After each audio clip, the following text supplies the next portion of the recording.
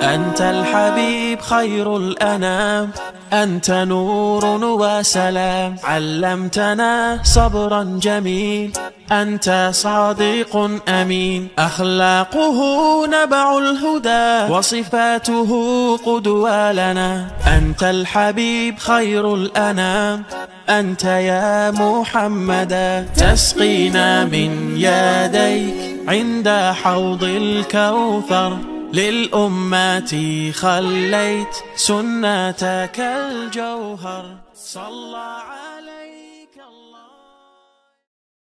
Free regular webinar persembahan dari Meaningful Ways pada hari ini insya Allah akan membahas tema ketika pasanganku begitu menjengkelkan oleh Bunda Ambar yang mana salah satu dari pembina di program Meaningful Ways.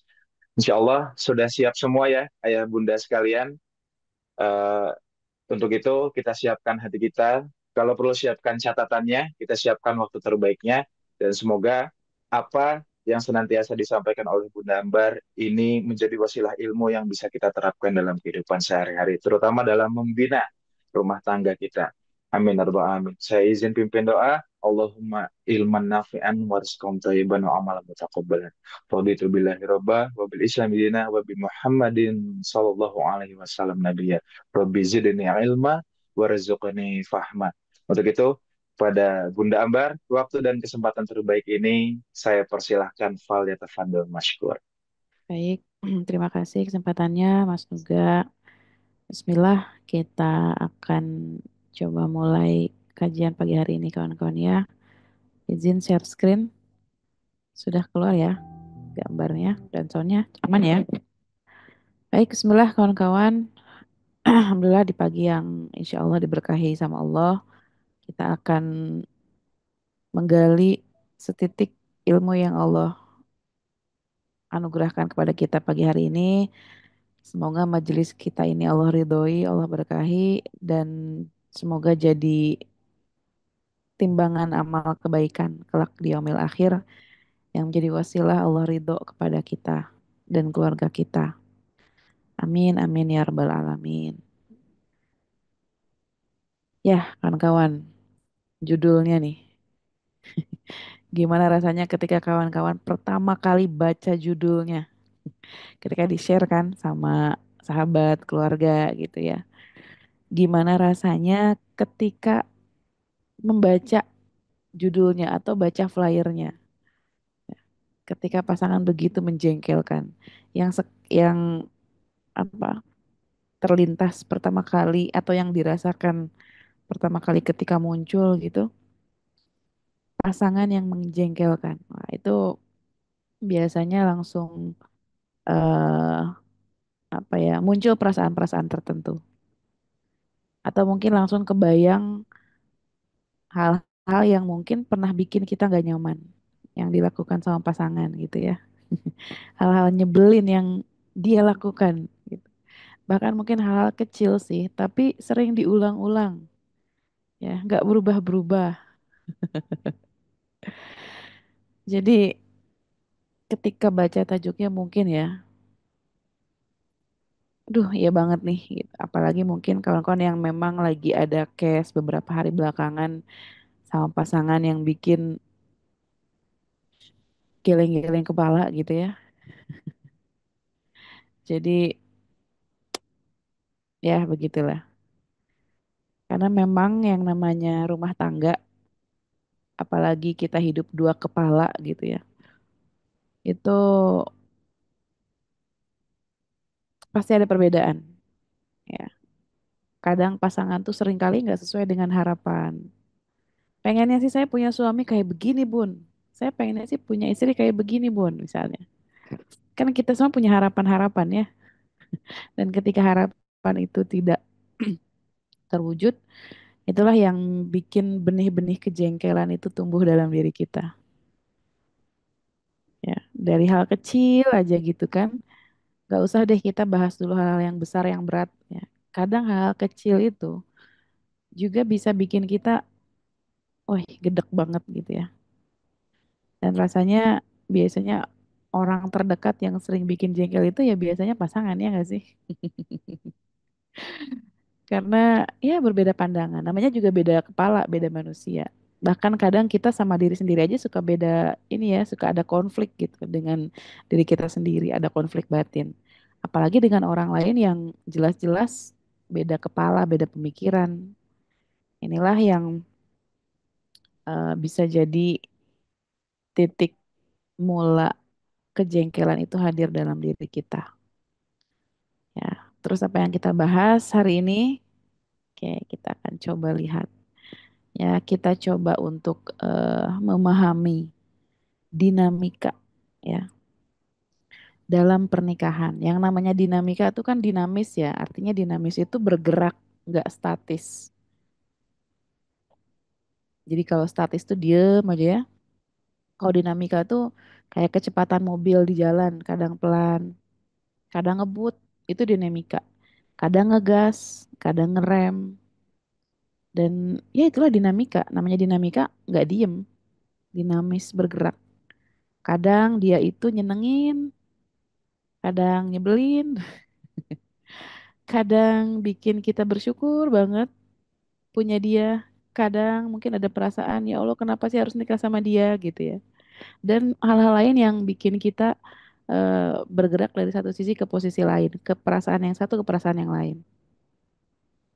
Kadang kita ngerasa beruntung banget dititipin pasangan seperti beliau, tapi rasanya kenapa harus dia sih yang jadi jodohku gitu ya. Dinamika gitu. Apalagi ngelihat pasangan orang lain gitu ya. Yang kayaknya lebih gue banget deh. Kayaknya dia lebih cocok deh. Kayaknya dia lebih paham dengan yang saya mau deh. Itu kan mulai tuh ada perasaan-perasaan kayak eh, enak ya. Jadi dia pasangannya begini begini begini. Nah, akhirnya muncul juga dinamika. Ternyata dinamika juga bisa muncul bukan hanya dari internal rumah tangga kita, bahkan bisa juga dari eksternal. Bukan hanya karena hadir orang ketiga, enggak juga. Bahkan ketika nonton berita aja itu bisa mengganggu dinamika pernikahan kita, percaya nggak? Ketika melihat berita perselingkuhan berseliweran gitu ya. Nah, itu juga berpengaruh tuh sama pasangan. Ketika ada berita seorang suami berselingkuh, oh langsung istrinya tuh apa dia jadi apa namanya? Insecure gitu kan. Duh, jangan-jangan suami saya gitu juga gitu.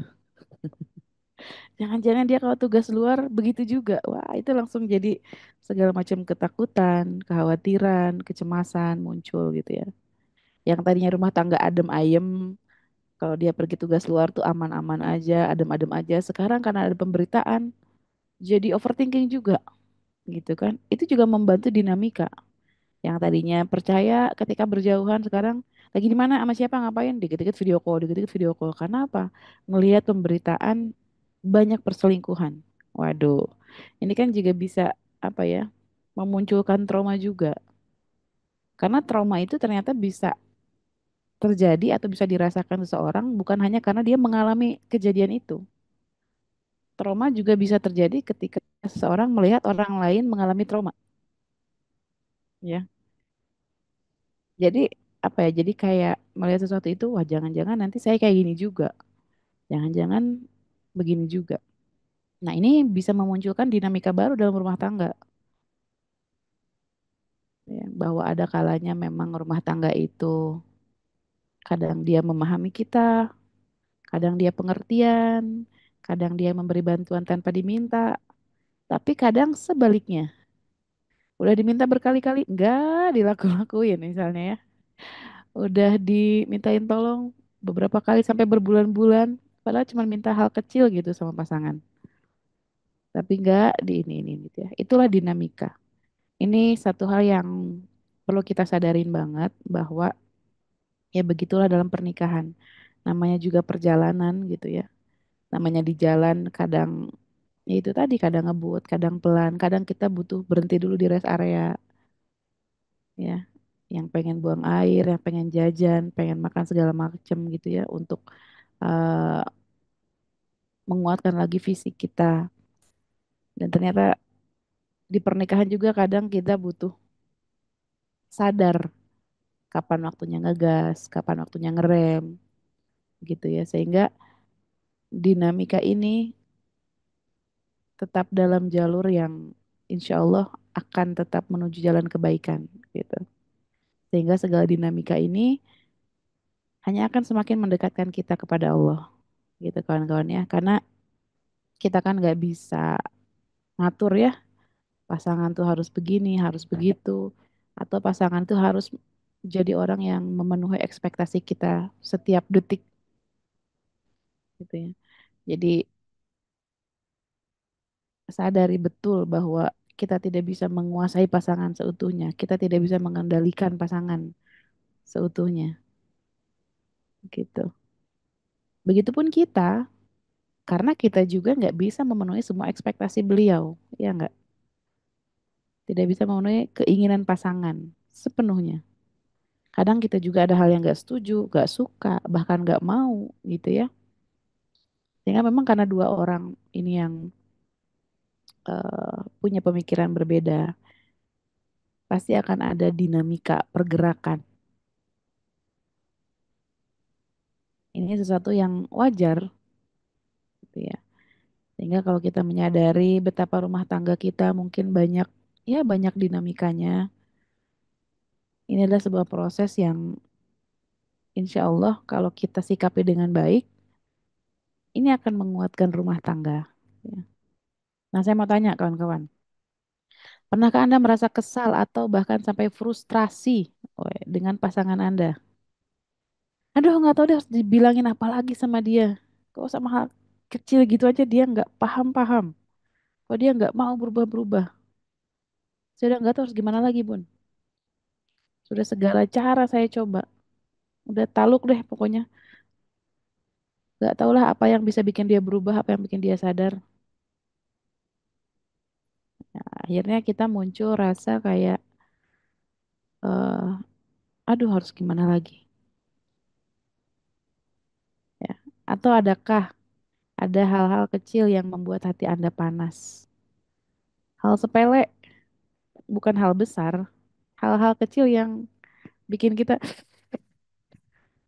ya kan, perkara suami naruh handuk basah sembarangan, itu kan hal besar, hal kecil. Hal kecil, hal sederhana banget gitu. Perkara misalnya eh, toples bekas gula atau garam tidak ditutup rapat dengan baik. Perkara pencet odol dari belah bawah atau dari tengah gitu kan. Itu kan hal-hal sederhana sebetulnya. Perkara apalagi hal-hal yang remeh-temeh gitu ya. Atau misalnya perkara tutup saus ditutup lagi apa enggak. Dan hal-hal yang kecil kecil kecil kecil lainnya. Tapi bikin kita kayak apa ya? Ya kayak panas aja gitu. Kadang dia yang ngejengkelin, kadang kita yang sebenarnya bikin jengkel beliau juga ya. Jadi memang hal-hal kecil inilah yang mewarnai pernikahan kita gitu. Sehingga perasaan capek, lelah, kok dia hal kecil gini aja susah banget ya berubahnya. Perkara bekas makan, terus perkara apa lagi? Ayo, boleh yang mau curhat sekalian. Ini sekalian rilis ya. Jadi hal-hal sederhana yang bikin kita capek, kehilangan energi, lelah dalam pernikahan ini bukan karena apa ya, tapi karena kita menahan hal-hal kecil. Karena kan seperti yang kita tahu, menahan itu sesuatu yang melelahkan, memberatkan. Ya, jadi kalau terus-terusan ini ada dalam diri kita, saya yakin akan lelah dalam memperjuangkan rumah tangga ini. Akan lelah dalam menempuh perjalanan ya dalam sebuah ikatan janji suci yang begitu besar maknanya. Akhirnya muncullah pihak-pihak yang ngerasa berjuang sendirian. Muncullah pihak-pihak yang ngerasa kenapa harus selalu aku yang mengalah? Kenapa harus dia yang menang dalam setiap perdebatan? Kenapa harus selalu aku yang minta maaf duluan? Akhirnya hanya ngerasa satu pihak nih yang berjuang di rumah tangga ini. Hanya satu pihak yang ngerasa dia eh, berjuang mempertahankan semuanya. Ya kan kawan. Itu kan hal-hal kayak gitu tuh bikin capek, bikin lelah ketika keinginan untuk ngontrol suami, ingin memastikan dia melakukan apa yang kita mau. Itu tuh bikin capek banget kan. Ya nggak sih? Coba deh, semakin besar rasa ingin mengendalikan pasangan, akan semakin lelah kita dalam pernikahan ini. Semakin kita pengen dia melakukan sesuatu atau tidak melakukan sesuatu, semakin mengkel nih, jengkel. Nah, inilah yang bikin kita capek kawan-kawan dalam pernikahan. Karena apa? Menyimpan kejengkelan. Jadi rasa kesal, frustrasi yang berkepanjangan. Oh, itu bisa menimbulkan rasa yang wah luar biasa. Hanya kita yang tahu ya gimana rasanya.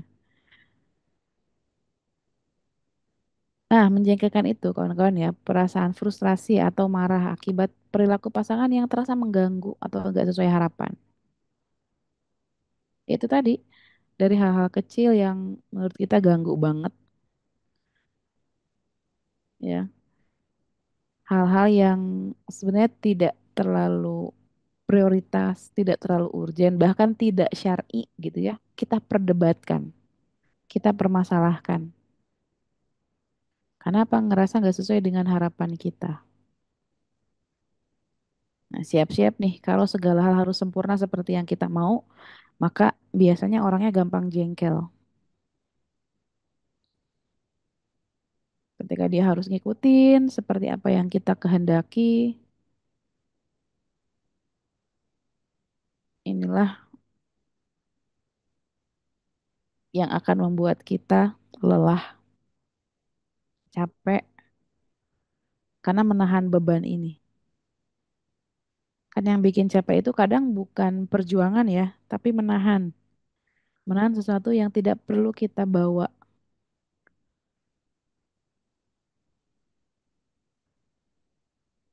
Ini kan sesuatu yang bisa diminimalisir sebetulnya ya. Dan seringkali kita ribut sama hal-hal yang tidak urgen, tidak prioritas, dan tidak bersifat prinsipil gitu. Hal-hal yang mungkin seputar kekurangan manusia, manusiawi gitu. Tapi bukan hal yang fundamental. Nah, banyak yang terjebak di sini kawan-kawan. Sehingga dari sekumpulan perasaan kecil, kecil, kecil, kecil, kecil itu yang berkumpul yang banyak, itulah yang tanpa disadari jadi beban dalam hidup kita. Akhirnya muncullah perasaan dia udah nggak sayang lagi, dia udah nggak peduli lagi, dia sudah tidak cinta lagi, dan sebagainya.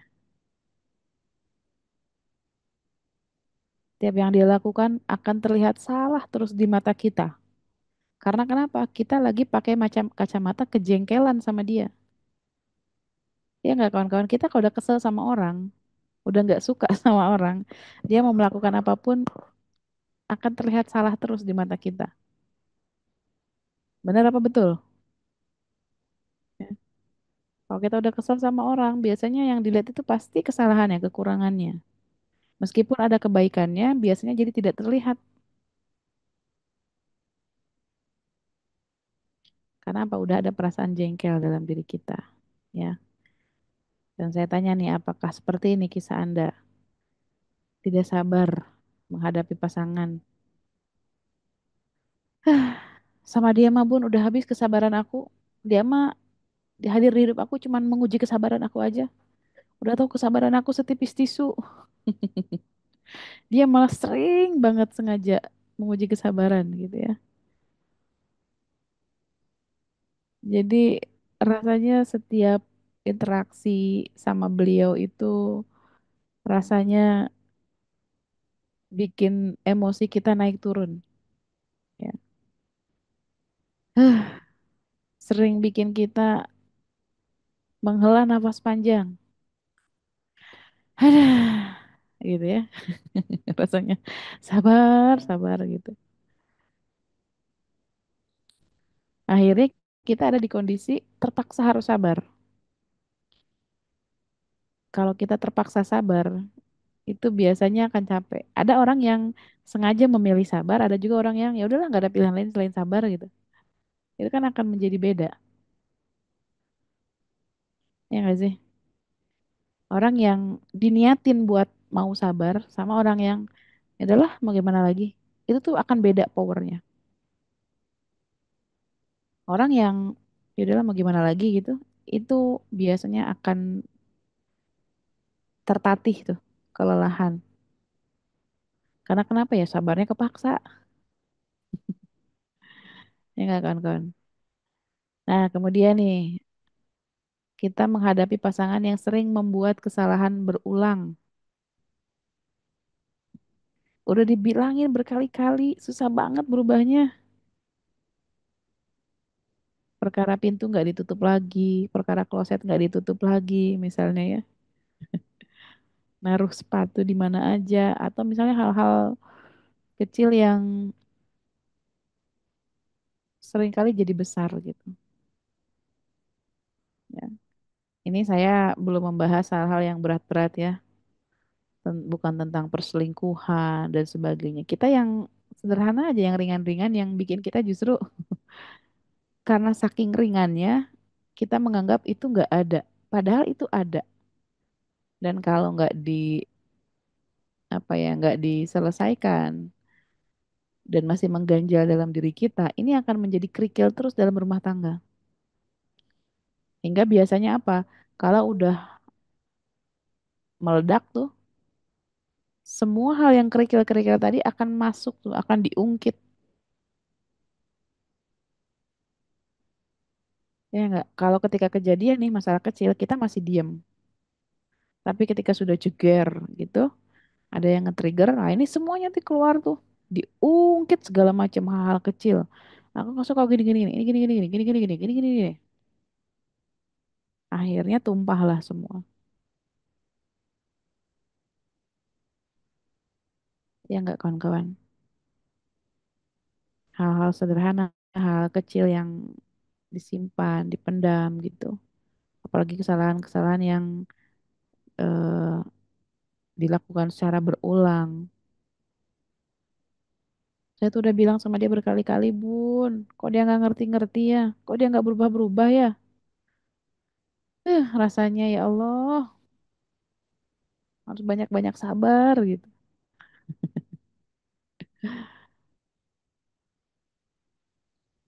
Tidak peduli dengan perasaan pasangan satu sama lain ya. Baik mungkin ada yang nggak peduli sama beliau atau beliau pun juga nggak peduli sama kita. Apakah ada yang mengalami hal ini? Terserah dia apa yang dirasain, bodoh amat. Yang penting, nah kalau sudah mulai ada kalimat itu tuh dalam hidup kita biasanya sudah mulai tergerus empatinya sehingga tidak ada lagi perasaan apa ya, perasaan ingin menyayangi, melindungi, menjaga itu udah bodoh amat gitu. Terserahlah dia mau kayak gimana juga, orang dia aja nggak peduli sama aku. Nah, kalau udah kayak gini biasanya udah mulai capek nih, saling nggak peduli, saling bahkan saling menyakiti. Wah, ini udah ke tahap berikutnya ya. Kalau masih saling tidak peduli masih masih ya lumayan lah gitu. Tapi kalau sudah di tahap saling menyakiti, Wah, ini perlu lampu kuning nih ya. Saling apa ya? Saling saling sengaja nyakitin dengan alasan biar dia tahu gimana rasanya terluka. Wes, ya. Kadang gitu ya, ketika kita ngerasa tersakiti sama beliau, sama pasangan kita, itu ada perasaan suatu saat kamu harus ngerasain apa yang saya rasain, misalnya gitu. Itu kan udah ada di tahap dia juga harus menderita seperti yang aku rasakan. Sehingga dia nggak peduli lagi ketika pasangan merasakan rasa sakit, justru malah seneng. Wah, ini udah mengerikan nih kalau rumah tangga seperti ini. Makanya kawan-kawan kita coba bangun kesadaran, kesadaran apapun, termasuk kesadaran dalam merasakan emosi kita. Ini penting banget ya, membangun kesadaran karena kalau kita tidak menyadari perasaan kita, ini biasanya kita akan di luar kendali, bisa melakukan hal-hal yang mungkin tidak semestinya, sehingga kita pun akan sulit memahami perasaan pasangan. Itu kawan-kawan ya.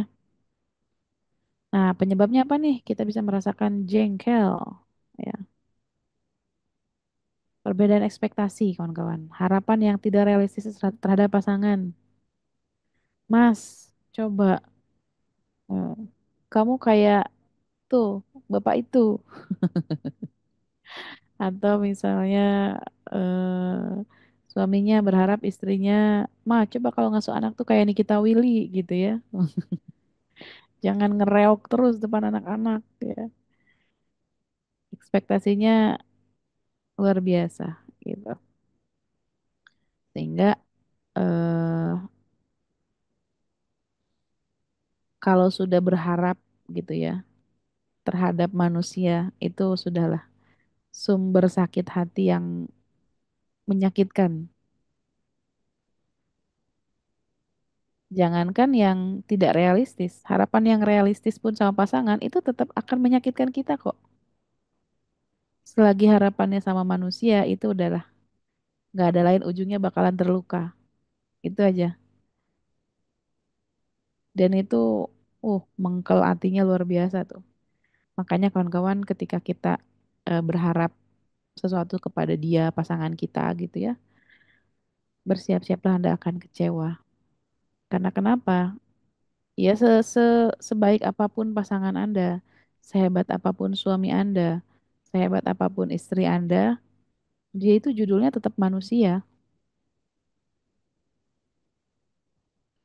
Sekeren apapun pasangan Anda, sepinter apapun pasangan Anda, dia tetap judulnya manusia.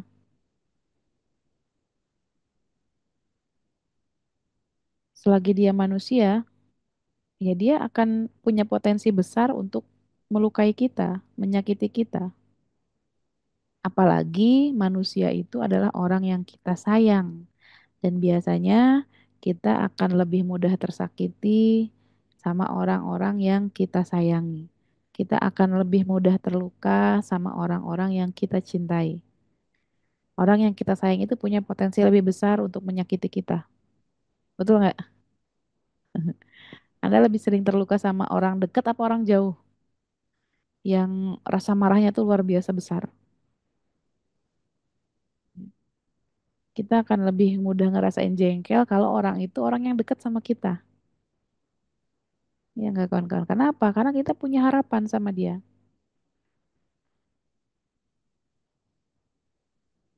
Semakin dia posisinya istimewa di hati kita, maka semakin besar potensinya dia untuk melukai kita. Coba deh, perhatiin sama diri kita sendiri aja. Kalau sama orang jauh, misalnya orang yang baru dikenal, kita biasanya lebih lebih longgar gitu kan. Oh iya, nggak apa-apa kok, nggak apa-apa kok gitu ya. Tapi kalau sama pasangan sendiri melakukan itu, gitu ya. Kok dia kayak gitu sih? Ya, jadi cek deh orang yang semakin dekat, semakin istimewa posisinya di dalam hati kita,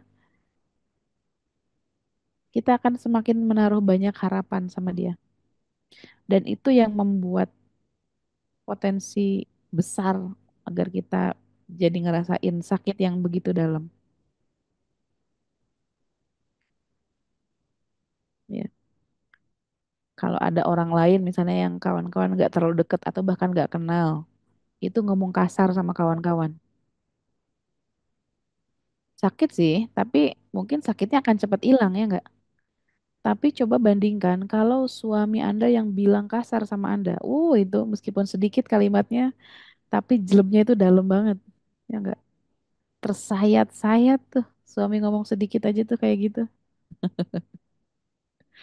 Ya nggak? Padahal misalnya ucapannya sama gitu. Antara orang lain yang kita nggak terlalu dekat dengan suami kita.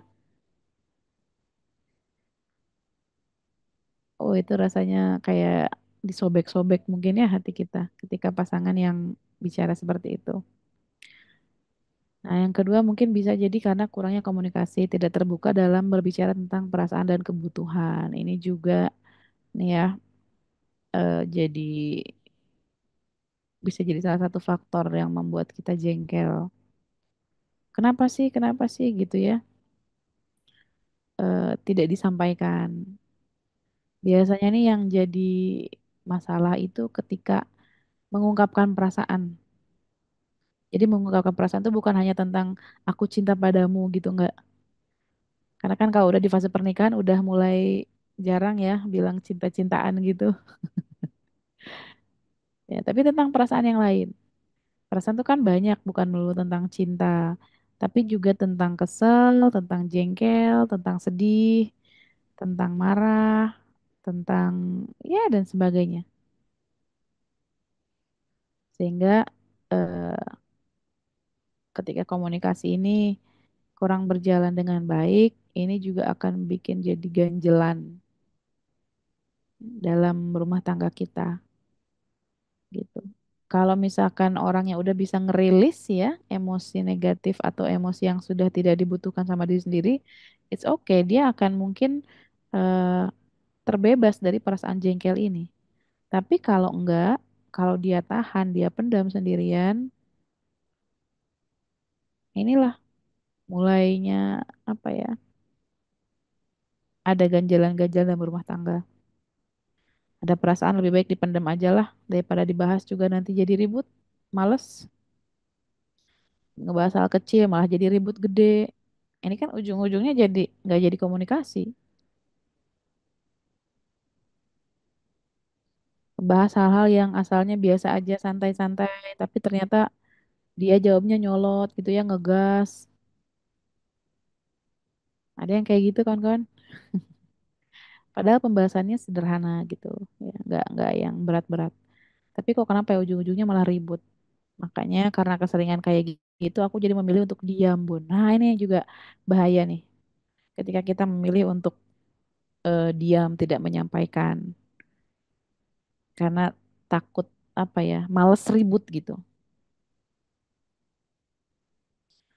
Nah, terus kebiasaan yang mengganggu hal-hal kecil yang mungkin dianggap remeh tapi lama-lama menumpuk.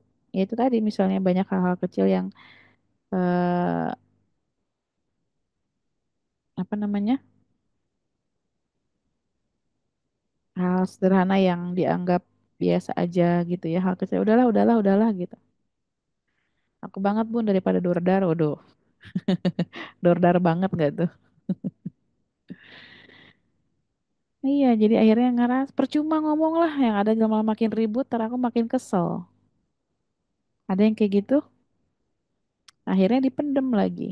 Hal kecil udahlah, daripada ribut lagi mendingan simpen. Lagian juga ini bukan hal besar. Ya udahlah, aku taruh aja di dalam hatiku yang paling dalam.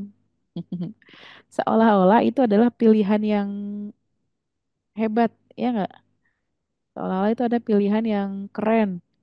Karena memang pada saat itu memang nggak ada masalah. Jadi masalahnya tuh nggak ada kan pada saat itu.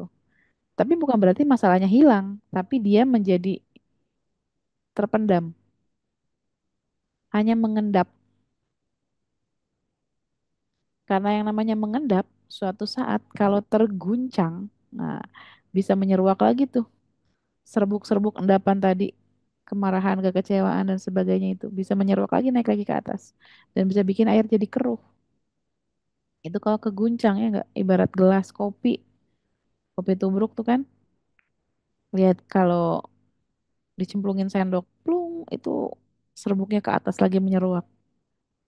Ternyata yang lama-lama, yang udah kejadian puluh-puluh tahun yang lalu, diungkit lagi. Artinya tuh belum pulih, belum selesai. Sama bahkan hal-hal kecil. Ya. Nah ini perlu jadi perhatian kita. Karena biasanya kita ini keplesetnya sama hal-hal kecil ya, sama kerikil yang kecil. Jarang manusia yang apa mendapatkan bala karena batu yang besar. Ketika kita jalan deh, melihat batu besar, apakah akan ditabrak? Kan enggak ya? Karena kelihatan jelas batunya besar. Tapi banyak orang terkilir, terpeleset, terperosok itu karena apa? Kerikil kecil. Karena kenapa? Karena kecil, jadi nggak terlihat dan bahkan nggak dianggap. Tapi ternyata bisa membuat kita terpeleset, bahkan terperosok. Sehingga hal kecil ini memang perlu kita sadarin kawan-kawan. Nggak bisa dianggap remeh gitu. Nggak bisa cukup yang, udahlah gimana lagi gitu. Udahlah gimana lagi gitu. Beda. Ya, sehingga eh hal kecil ini bisa coba kita lebih perhatikan dan jangan sampai hal kecil ini jadi numpuk. Akhirnya jadi apa ya kayak bom waktu gitu. Atau juga ada mungkin pasangan yang ketika dia mau ngambek, ah nggak disimpan dulu. Nanti aja dikeluarinnya kalau pas lagi ribut, nanti akan aku bahas semua. Ada juga yang kayak gitu. Pernah tuh waktu beberapa waktu yang lalu ada yang cerita gitu.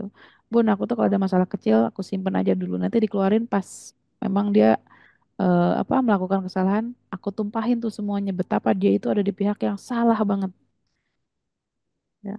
Dan mungkin rasanya kita puas gitu kalau pasangan itu ada di posisi yang salah dan dia dipaksa harus mengaku salah gitu ya. Karena kan luar biasa ya laki-laki dan perempuan ini punya ego masing-masing ya enggak? Perempuan itu selalu benar katanya kan? Perempuan katanya selalu benar dan laki-laki itu tidak pernah mau disalahkan. Wah, coba bayangin. Ada dua sosok yang punya ego masing-masing. Yang satu ngerasa benar, yang satu nggak mau disalahin. Cocok tuh, ya nggak? Ini kalau egonya terus digedein nih, aduh luar biasa kawan-kawan ya. Kebayang dari hari ke hari, bulan ke bulan, tahun ke tahun pernikahan itu hanya membawa kejengkelan demi kejengkelan. Insya Allah. Ya, stres eksternal bisa jadi dari tekanan pekerjaan, ya dari keluarga, dari orang tua, mertua, ya, atau masalah lain yang pengaruhi perilaku. Ya, tekanan di kantor, deadline, deadline, itu kan stres juga tuh. Apalagi yang kerjaannya eh, 24 jam gitu ya, jadi nggak punya jam kerja.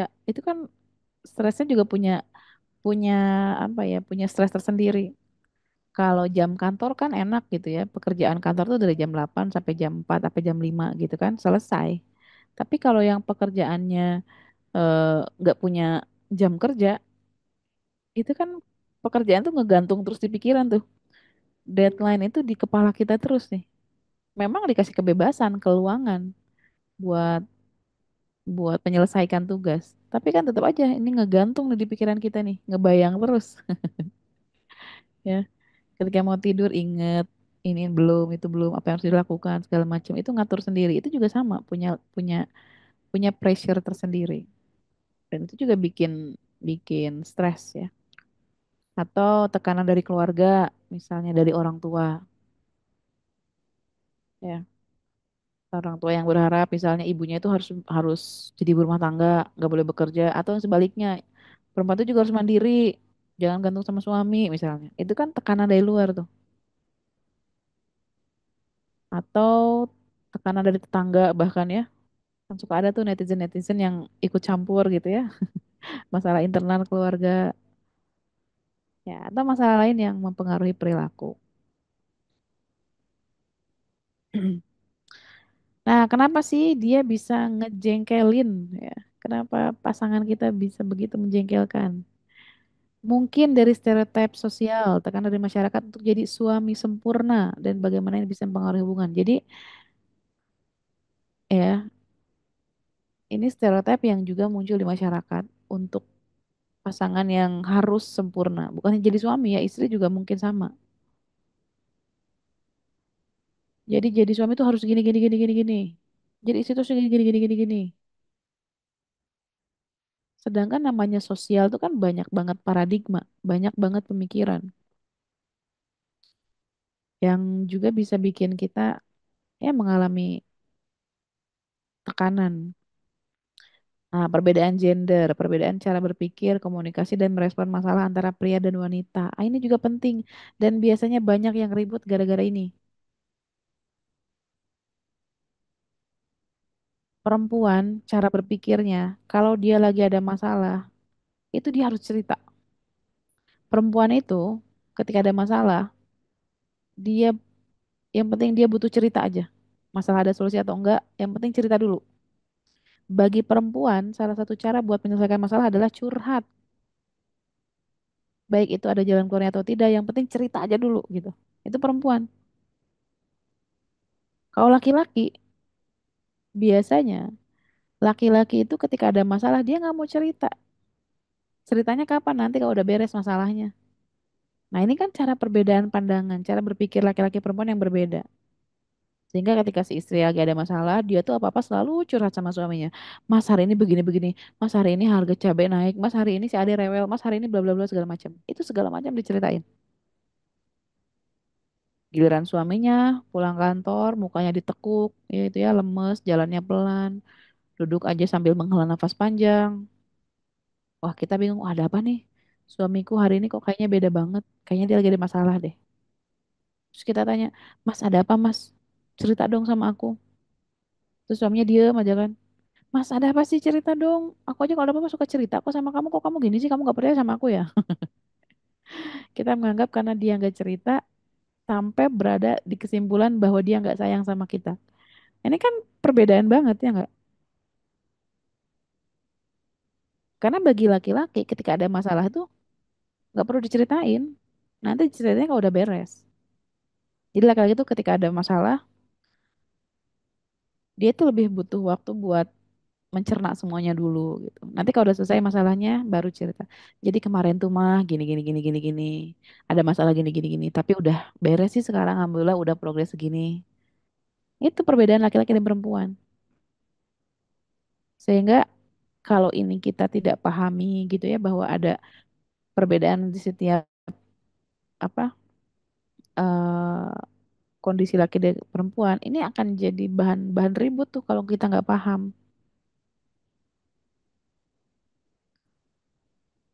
Jadi ini juga perlu dipahami ya, bagaimana karakter perempuan, bagaimana karakter laki-laki. Karena memang laki-laki dan perempuan itu berbeda, tidak sama. Cara berkomunikasi, cara dialog, cara berpikir, bahkan cara tertawa juga kan beda ya. Perempuan tuh kalau cerita ngobrol, lagi cerita dia gitu. Kalau laki-laki kan gitu. Itu dari hal kecil aja begitu banyak perbedaan laki-laki dan perempuan. Sehingga kita nggak bisa memaksakan dia seperti apa yang kita pikirkan,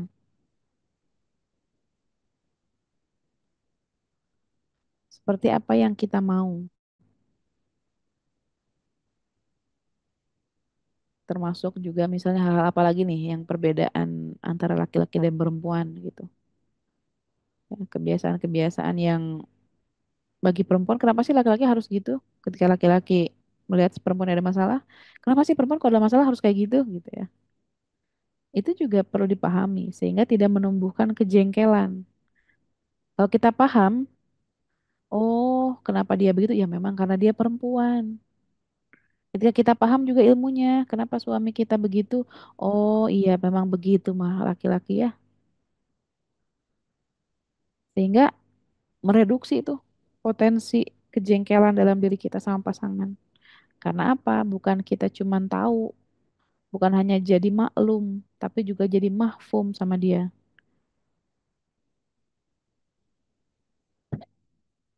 Jadi bukan hanya sekedar ah ya emang cowoknya emang begitu, nggak begitu.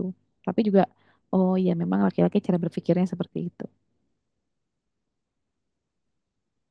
Sehingga itu bisa banget tuh meminimalisir keributan-keributan yang menimbulkan kejengkelan.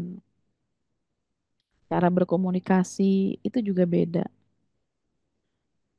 Bagaimana perempuan dengan excitednya curhat sama suami panjang lebar bla bla bla bla bla bla sampai 3 lembar di WhatsApp gitu ya berlembar-lembar. Terus suami jawabnya cuman oke. Waduh, gimana tuh rasanya? Tuh Pak Mahisa ketawa. Baca chat istrinya panjang, jawabnya oke atau ya atau bahkan y aja. Nah, ini kan coba deh. Sadar nggak nih kita para istri nih.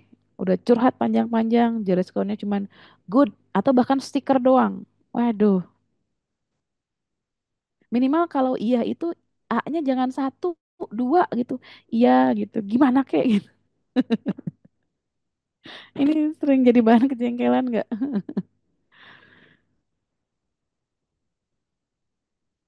Atau ketika kita curhat bla bla bla bla bla. Hmm, ya. Terus, gitu kan. Cowok itu jawabnya pendek-pendek. Kita udah panjang lebar mikirin narasi yang baik, kalimat-kalimat, kata-kata yang tepat biar jadi enak penyampaiannya ya. Hmm, ya aja biar cepat katanya ya. Ye aja gitu kan. Karena kita nggak tahu, nggak paham bahwa memang perempuan itu butuh apa ya? Karena punya kecerdasan verbal yang lebih banyak daripada laki-laki, sehingga salah satu dampaknya apa? Perempuan lebih senang bercerita, lebih banyak ngomong, butuh lebih banyak mengeluarkan kata-kata daripada laki-laki, gitu ya. Sehingga perempuan itu apapun masalahnya cerita aja dulu. Kenapa dia lagi butuh tuh stok stok 20.000 katanya belum keluar. Makanya kenapa perempuan tuh kalau udah curhat kadang nggak ada solusi tapi udah lega aja gitu, udah plong. Atau bahkan menemukan jalan keluar ketika dia cerita. Karena apa? Ketika diceritakan itu masalah yang tadinya ruwet, mumet itu jadi terurai. Oh, ternyata ini ya sumber masalahnya. Kadang perempuan tuh gini, Mas, aku gini gini gini, terus gini gini gini. Oh iya ya, tapi oh ya ya benar aku tahu ngerti sekarang. Oh iya gitu. Padahal suami cuma diem aja nggak ngomong apa-apa. Tapi dia kayak ketemu solusi sendiri ketika berbicara gitu. Karena ketika dia berbicara itu jadi terurai satu-satu. Begitu cara berpikir perempuan. Kadang bapak-bapak bingung, dia cerita sendiri, dapat jawaban sendiri, gitu ya. Bahkan kita nggak tahu apa yang dia ceritain. Tapi laki-laki, misalnya ya, kalau misalkan udah sore gitu kan, kita cerita WhatsApp, balasannya cuma oke, iya, heeh. Karena kenapa? Stok kata-katanya sudah mulai habis. Stok kata laki-laki itu nggak sebanyak perempuan. Jadi nggak usah marah-marah Bu ketika sore si bapak ya, atau ketika malam jawabannya cuma, ya, hmm. Karena udah habis stoknya. Sudah habis seharian tadi di kantor. Perempuannya nggak ngerti. Mas, kenapa sih kamu sama teman-teman seru banget kayaknya ngobrolnya? Asyik bisa ngobrol sana sini. Tapi kenapa sama aku ngobrol cuman aja gitu kan? Nah ini kalau nggak paham tuh akan jadi sumber kejengkelan. Kita pahami bahwa oh dia tuh seharian udah habis di kantornya tadi buat ngobrol sana sini, buat kerja, buat segala macam. Di rumah tuh tinggal ya seadanya gitu ya, ala kadarnya. Tinggal oke, iya, sip gitu kan. Gitu doang. Nah, kalau nggak paham tuh ya gini lah akan jadi bahan ribut. Ya, kawan-kawan. Bagaimana merespon masalah antara pria dan wanita ketika ada masalah, bagaimana cara meresponnya? Itu perbedaan banget ya. Kadang misalnya eh, ketika ada satu masalah, perempuan misalnya responnya gimana? Ada yang mungkin nangis dulu gitu ya, baru siap menghadapi kenyataan. Ada yang mungkin kalau pria itu sebenarnya dia juga pengen nangis sih, tapi gitu kan. Atau misalnya ketika ada anak sakit, sebagai seorang ibu perempuan kan, aduh rasanya khawatir banget ya, nggak mau jauh dari anak, pengen deketin anak gitu. Kalau laki-laki, kenapa sih seolah-olah kayak yang nggak peduli sama anak lagi sakit, kamu tuh sayang nggak sih mas sama anak? Kok bisa-bisanya masih mikirin kerjaan gitu ya? Nah, ini kan hal-hal yang juga eh, bisa memunculkan kejengkelan. Karena bagi laki-laki gitu ya, ketika dia bersedih, yang apa, yang muncul perubahan di otak itu hanya di otak kanan. Jadi otak kirinya nggak terganggu. Sehingga kenapa laki-laki itu ketika misalkan ada kedukaan atau apapun, dia masih tetap bisa bekerja. Kalau perempuan kan nggak, otak kiri kanannya tuh kena. Ya. Jadi itulah ya kelebihan yang Allah ciptakan, bahwa ketika laki-laki itu mengalami satu kesedihan dan sebagainya, dia masih tetap bisa ikut rapat, ikut meeting-meeting dan sebagainya. Karena memang ya itulah, karena pria itu kan Allah ciptakan sebagai kowam ya, melindungi keluarga. Dia juga punya hipotalamus yang lebih besar, sehingga efeknya adalah dia dia perlu menjaga apa, kepemimpinan jiwa, jiwa-jiwa kepemimpinannya perlu dijaga gitu ya. Insya Allah nih, agar kita lebih banyak paham lagi tentang dinamika laki-laki dan perempuan, insya Allah kita akan mulai kelas ya besok dan lusa, insya Allah di kelasnya Jalan Cinta Menuju Allah. Gimana rumah tangga ini bukannya jadi beban, jadi jengkel, tapi sebagai jalan cinta menuju Allah. Semoga dalam perjalanan yang mungkin terasa berat ini menjadi apa ya, menjadi ibadah. Kan kita niatnya mau berumah tangga tuh ibadah ya. Ya nggak sih kawan-kawan? Kalau saya tanya kawan-kawan dulu sebelum nikah, kenapa mau nikah itu tujuannya buat apa? Saya yakin hampir dari kita semua jawabannya adalah untuk ibadah, ya nggak? Bener apa betul nih? Kawan-kawan tujuannya menikah itu dulu buat ibadah kan? Ya. Sehingga kalau tujuannya untuk ibadah, ini akan menjadi jalan cinta kita kepada Allah. Dan bagaimana untuk menemani perjalanan kita agar terasa nikmat gitu ya. Bukan terasa begitu menjengkelkan, karena ibadah itu banyak bentuknya kawan-kawan. Selama ini mungkin kita nganggap ibadah itu hanya sholat, puasa, sedekah, atau apapun lah gitu. Kita lupa bahwa bersabar ngadepin pasangan juga ibadah. Memaafkan kesalahan pasangan yang bahkan berulang kali juga itu ibadah, ya kan? Menerima kekurangan beliau juga ibadah. Tetap bersabar berjalan bersama beliau meskipun beliau banyak kekurangan, itu juga ibadah. Tidak bernada tinggi ketika marah kepada beliau, itu juga ibadah. Dan bukankah semua hal dalam rumah tangga itu ibadah? Makanya sampai di apa namanya, sampai diibaratkan menikah itu adalah separuh agama, ya enggak? Karena memang dalam rumah tangga itu isinya ibadah semua. Jadi ibadah tuh jangan hanya dikira sebagai ritual-ritual aja, enggak. Nah, ini kita akan bahas lebih detail lagi insya Allah ya di kelasnya besok dan lusa, di kelas Jalan Cinta Menuju Allah. Mudah-mudahan Allah eh, izinkan kita bisa ketemu bareng lagi. Kawan-kawan yang belum daftar boleh daftar, tuh ada linknya. Kawan-kawan yang punya keluangan rezeki boleh infak terbaik. Yang mungkin juga sekarang lagi belum Allah titipkan rezeki yang cukup, ya boleh juga bisa ikut. Yang penting daftar aja dulu di situ ya. Ada pilihan infaknya dengan apa ya? Infaknya dengan bantu syiar, insya Allah kawan-kawan ya. Jadi kita di Meaningful Ways ini mengupayakan agar ilmu-ilmu ini kita apa, semua pihak bisa mengakses, baik yang Allah beri kelapangan rezeki maupun yang rezekinya mungkin belum ada, semuanya bisa belajar. Jadi kita saling support, saling bantu di sini ya. Yang lagi banyak rezekinya, kita sharing. Biar dakwah ini terus jalan. Biar orang-orang yang juga tidak bisa bayar HTM, bisa tetap belajar. Insya Allah kawan-kawan ya. Jadi kita saling support agar harta kita juga bermanfaat. Apalagi ini di Jumat Berkah pagi insya Allah. Sedekah terbaiknya. Semoga juga jadi wasilah menjadikan keluarga kita yang sakinah, mawadah, warohmah. Ya. Jadi beli kesusahanmu dengan sedekah. Ya. Jadi jauhkan bala juga dengan sedekah. Agar Allah jaga rumah tangga kita dari segala ya yang mungkin kejahatan-kejahatan manusia yang tidak bisa kita hindari dan semoga lewat wasilah sedekah ini Allah ridho kepada kita dan menurunkan rahmat kasih sayang di rumah tangga kita insya Allah ya. Kebiasaan yang tertinggal, ya, kebiasaan lama ya. Mungkin dia belum menyadari bahwa ada kebiasaan yang mengganggu kebiasaan apapun ya, hal-hal yang dia tidak sadari. Oke, kita agak lanjut ya, agak percepat. Pernikahan itu perjalanan. Namanya perjalanan capek. Kawan-kawan kemarin mudik, ada yang mengalami macet. Ya, Alhamdulillah kemarin saya dapat mudik 10 jam.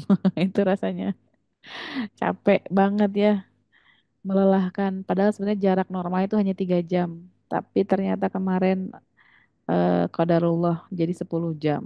Dan itu di perjalanan begitu melelahkan. Ada pasang surut.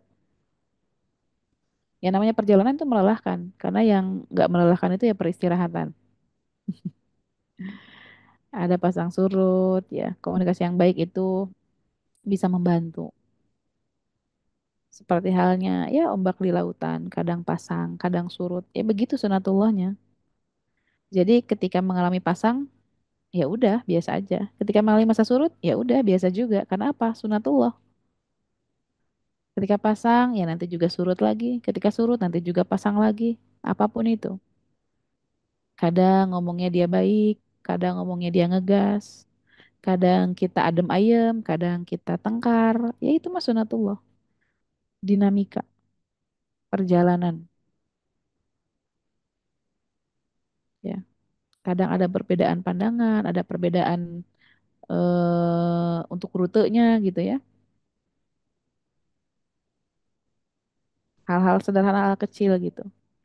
Misalnya nih, hari ini insya Allah saya mau ke Tasik ya. Tadi saya lihat di kolom chat ada yang dari Tasik ya. Insya Allah saya hari ini ke Tasik. Kawan-kawan yang mau ketemu, boleh ya. Insya Allah saya besok ada kelas di Hotel Horizon. Ya, yang mau ikut healing bareng di Tasik, boleh ya. Infonya di mana ada di Instagram saya, boleh dilihat. Di highlight yang bulan April. Di situ informasinya. Kita healing bareng.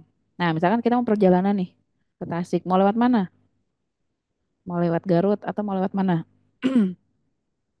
Itu kan perjalanan. Dan perbedaan cara kita milih rute juga ini bisa jadi ribut, bisa jadi enggak gitu.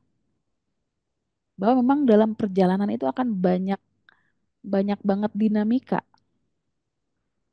Ada yang pengen pipis dulu, ada yang lapar, ada yang segala macam. Ya, itulah perjalanan. Ada yang mungkin masuk angin di jalan muntah-muntah, gitu ya. Dinamika yang perlu kita komunikasikan. Dan Bun, gimana dong kalau saya dalam pernikahan ini terluka? Saya nggak bahagia dalam rumah tangga ini. Saya sakit hati, Bun. Saya punya trauma. Saya pernah disakiti, saya pernah diselingkuhi, saya dan sebagainya. Kalau kata orang Sunda, kudu kumaha atuh, gitu ya.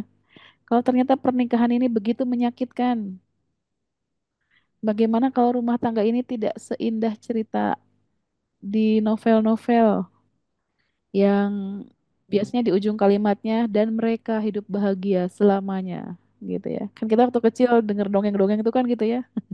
Dan mereka hidup bahagia selama-lamanya. Hingga di mindset kita pernikahan itu kebahagiaan. Ternyata gitu ya. Ketika waktu kecil kan sering denger dongeng tuh ya. Ketika lagi SD pengen cepet SMP.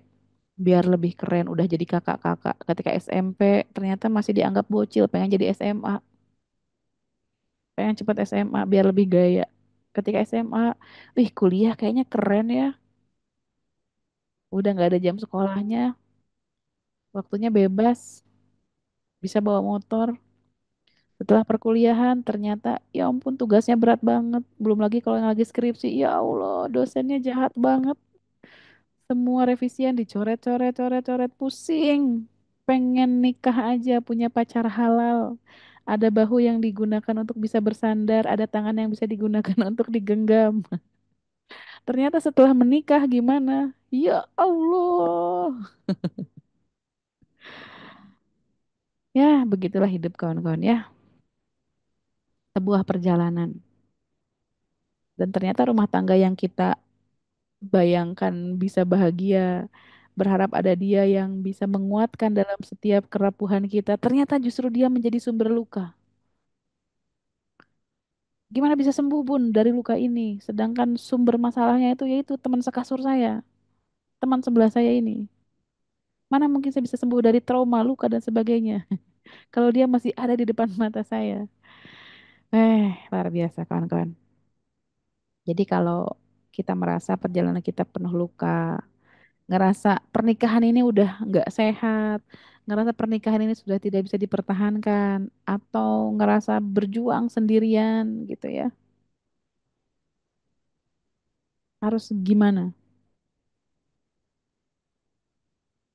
Ya, jadi ketika kita eh, mendapatkan banyak luka dalam pernikahan ini, ngerasa nggak bahagia, ngerasa tidak seperti kisah pernikahan yang lain, yang mungkin dia diratukan pasangannya, atau dia dirajain sama istrinya. Ini gimana, gitu ya. Maka saya mengajak kawan-kawan insya Allah ya sampai ketemu di kelas besok. Insya Allah kita akan 2 hari kelasnya ya bersama Ustadz Ridho. Kita akan meniti bareng jalan cinta menuju Allah. Ya, yang belum daftar cepetan daftar. Daftar aja dulu. Kawan-kawan buka aja dulu klik linknya. Ya, yang belum daftar cepetan daftar. Yang punya kelapangan rezeki berikan infak terbaik. Ya, pilihan harganya berapa? Kawan-kawan boleh buka dulu linknya silahkan. Di situ pilihannya banyak banget ya. Bahkan nggak bayar pun boleh. Ada pilihan free di situ. Daftarnya pakai apa? Dengan mendoakan kami semua di Meaningful Ways biar bisa terus syiar. Dan juga bantu dengan syiar program ini. Share di WhatsApp, di Instagram, share ke grup-grup keluarga, share sebanyak-banyaknya. Itu bayarannya, insya Allah. Kalau ada satu orang aja yang dapat manfaat dari kelas ini, insya Allah kita juga kebagian pahalanya. Ya. Yang punya kelungan rezeki, yang lagi hatinya sempit, yang dadanya sesek, yang butuh ditolong sama Allah, ya Allah, kayaknya nih masalah ini nggak kelar-kelar solusinya. Beli dengan sedekah. Semoga dengan sedekah terbaik, Allah ridho juga pada kita untuk berikan solusi dari arah jalan yang tidak diduga-duga. Tuh kawan-kawan ya, yang mungkin kita ingin memperbaharui, memperbaiki, menambah apa yang kurang, memperbaiki apa yang mungkin sudah mulai rusak, atau mungkin yang pernikahannya rasanya hambar, kayak saya, nama saya, mulai lelah, atau mungkin juga ngerasa pengen diperbaiki tapi nggak tahu dari mana, atau mungkin ingin membangun keluarga yang rasanya udah hilang keberkahannya. Dan yang paling penting ingin menjadikan pernikahan sebagai sarana ibadah seperti yang kita niatkan dari awal. Rasanya yang saya lakukan di rumah tangga ini hanya kejengkelan demi kejengkelan, bukan lagi ibadah demi ibadah. Dan bagaimana kita coba memulai langkah baru dengan mindset yang baru, sehingga dengan spirit yang baru ini kita bisa meringankan langkah. Yang tadinya langkah ini berat, semoga kalau niatnya udah benar, niatnya udah tepat, itu akan jadi ringan. Nah, insya Allah kawan-kawan ya kita ketemu besok dan semoga Allah ridhoi kita ketemu besok belajar bareng insya Allah 2 hari ya, besok dengan Ustadz Ridho, insya Allah dengan saya hari Ahad, karena ini kelasnya online, jadi kawan-kawan dimanapun bisa ikut ya. Itu saja mungkin kawan-kawan dari saya. Alhamdulillah, saya doakan kita semua rumah tangganya Allah berkahi, Allah ridhoi, dan Allah limpahkan banyak rahmat dan kasih sayang, sakinah di keluarga kita. Semoga anak-anaknya juga salih salihah. Semoga juga Allah izinkan anak-anak kita jadi hafiz Al-Quran, yang cinta Al-Quran, yang dicintai penduduk langit dan bumi, disayang sama Allah, para malaikat, dan semoga kelak keluarga kita bisa berkumpul lagi di jannahnya. Dan semua keluarga besar Meaningful Ways, sama keluarganya, kita akan bareng-bareng menuju jannahnya insya Allah kawan-kawan ya. Itu mimpi terbesar kita, bisa kumpul bareng sama keluarga di surganya insya Allah. Kehidupan abadi yang penuh cinta di sana. Dan kita sedang bareng-bareng menuju ke sana semuanya, menuju Allah. Saja mungkin dari saja kawan-kawan. Barakallahu fiik. Terima kasih, saya kembalikan ke Mas Nuga. Silakan Mas. Masya Allah, Alhamdulillah. Jazakillah khairan kasiran, Bunda Ambar ya. Gimana, ayah bunda, abang kakak, bermanfaat atau bermanfaat banget nih? Insya Allah. Bermanfaat banget ya. Insya Allah, tadi materinya luar biasa. Tadi saya selama menyimak kayak, oh ini jawabannya. Oh begitu. Malum, newbie untuk membina rumah tangga, tapi ternyata tadi banyak yang rilis juga ya Bunda ya, banyak yang cerita, banyak yang share gitu, bahkan nggak sedikit yang mengajukan pertanyaan gitu ya. Tapi qadarullah, karena keterbatasan waktu, tadi juga sempat ada kendala Zoom ya, barangkali untuk yang kedepannya mau memperdalam lagi tentang pernikahan, tadi Bunda Ambar sudah spill bahwa besok dan lusa akan ada kelas. Insya Allah di sana akan dibahas lebih dalam. Atau mungkin bisa follow Instagramnya Bunda Ambar ya. Mohon izin untuk bisa, misalkan tadi ada yang tanya kalau mau konsultasi gimana Bunda gitu. Boleh di follow aja ya. Nanti dicari Instagramnya. eh, atas nama Dwi Fitria Ambarina ya Bunda ya. Atau Ambarina DF. namanya adalah Ambarina DF. Ya, Ambarina DF gitu ya. Silahkan boleh di follow-follow juga. Tidak lupa minta dibantu untuk follow Instagramnya Meaningful Ways agar manfaatnya bisa lebih dirasakan bersama lagi. Gitu. Jadi mohon izin, ayah bunda sekalian, barangkali kita nggak buka sesi tanya jawab ya karena ada keterbatasan. Nah untuk nanti yang mau melanjutkan pertanyaannya atau diskusi atau bahkan konsultasi, silahkan bisa di follow Instagramnya atau ikut kelas besok dan lusa, insya Allah. Nah mungkin barangkali sebagai closing statement, Bunda untuk merecap dari apa yang disampaikan dan dibahas tadi, termasuk juga Bunda Ambar tadi melihat ya atau memperhatikan kolom-kolom chat gitu, kira-kira seperti apa ke depannya atau kesimpulan dari materi yang sudah disampaikan. Tafadhol. Baik, kawan-kawan untuk closing statement kita di pagi hari ini, kita yakini, kita imani bahwa pernikahan ini adalah sebuah ibadah terpanjang mungkin ya dalam hidup kita, karena di sisa hidup kita akan melewati hidup lewat fase ini. Dan semoga pernikahan ini mengantarkan kita ke surga lewat pasangan yang Allah titipkan. Beliaulah pasangan terbaik yang Allah pilihkan. Beliau adalah pasangan yang paling tepat yang sudah Allah persiapkan untuk kita. Insya Allah, semoga kita bisa bareng-bareng dengan beliau, karena bisa jadi jalan surga kita adalah lewat pasangan kita. Bisa jadi jalan surga kita itu lewat ujian-ujian kehidupan dengan beliau. Sehingga pasangan yang Allah titip sama kita, siapapun, gimana pun kondisinya, semoga Allah titipin keberkahan, rasa sakinah di dalam kolbu kita menjalani pernikahan yang insya Allah kita akan bareng-bareng menuju cintanya. Barakallahu fikum. Terima kasih. Assalamualaikum warahmatullahi wabarakatuh. Waalaikumsalam warahmatullahi wabarakatuh. Jazakillah khairan kasiran kepada Bunda Ambar yang sudah sangat luar biasa menyampaikan materinya. Dan tidak lupa juga saya ucapkan jazakumullah ahsanal jaza untuk seluruh beserta ayah bunda, abang kakak yang tetap setia mensupport program dari Meaningful Ways, yang juga terus bisa hadir setiap subuhnya gitu ya. Alhamdulillah, kedepannya semoga kita bisa lebih istiqomah lagi. Dan saya juga berterima kasih untuk yang terus mau support dalam rangka mensupport program dakwah dari Meaningful Ways di free regular webinar persembahan dari Meaningful Ways. Dan kami tetap membuka kesempatan peluang kebaikan untuk bisa berkolaborasi dengan kami mensupport program dakwah kami di Meaningful Ways ke depannya insya Allah. Dan untuk terakhir kali, saya izin kembali reminder bahwa besok dan lusa akan ada kelas. Silahkan jangan lupa daftar ya. Karena syaratnya harus daftar. Daftar dulu di sana, tadi seperti yang diarahkan oleh Bunda Ambar. Dan insya Allah kali ini, kalau hari ini ada 200-an orang, tadi Bunda Ambar sampaikan, kalau satu orang mungkin bisa ajak, satu orang yang hadir bisa ajak satu orang yang lain, insya Allah kebermanfaatannya jadi jauh lebih luas. Mungkin seperti itu untuk webinar Meaningfulness pagi hari ini. Insya Allah sangat bermanfaat.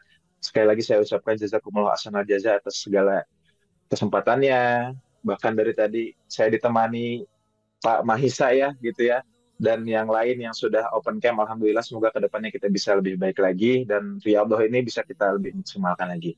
Izin akan saya tutup kelas pada pagi hari ini. Mari sama-sama kita tutup dengan bersama-sama mengucapkan lafaz hamdalah. Alhamdulillahirabbil alamin. Dan kita sama-sama akhiri dengan doa kafaratul majlis. Subhanakallahumma wa bihamdika asyhadu an la ilaha illa anta astaghfiruka wa atubu ilaik. Sekali lagi terima kasih semuanya. Bunda Ambar, jazakumullah khair dan sehat-sehat semuanya. Boleh barangkali terakhir bisa saling open cam, open apa namanya mic-nya, bisa saling silaturahim. Sekian, saya mohon pamit. Sampai ketemu lagi di free regular webinar persembahan dari Meaningful Ways selanjutnya. Assalamualaikum warahmatullahi wabarakatuh. Waalaikumsalam warahmatullahi wabarakatuh. Warahmatullahi wabarakatuh. Yang di Tasik ayo ketemu ya. Yang di Tasik, yang di Tasik. Terima kasih Ustazah. Sami-sami Pak. Barakallah. Izin pamit.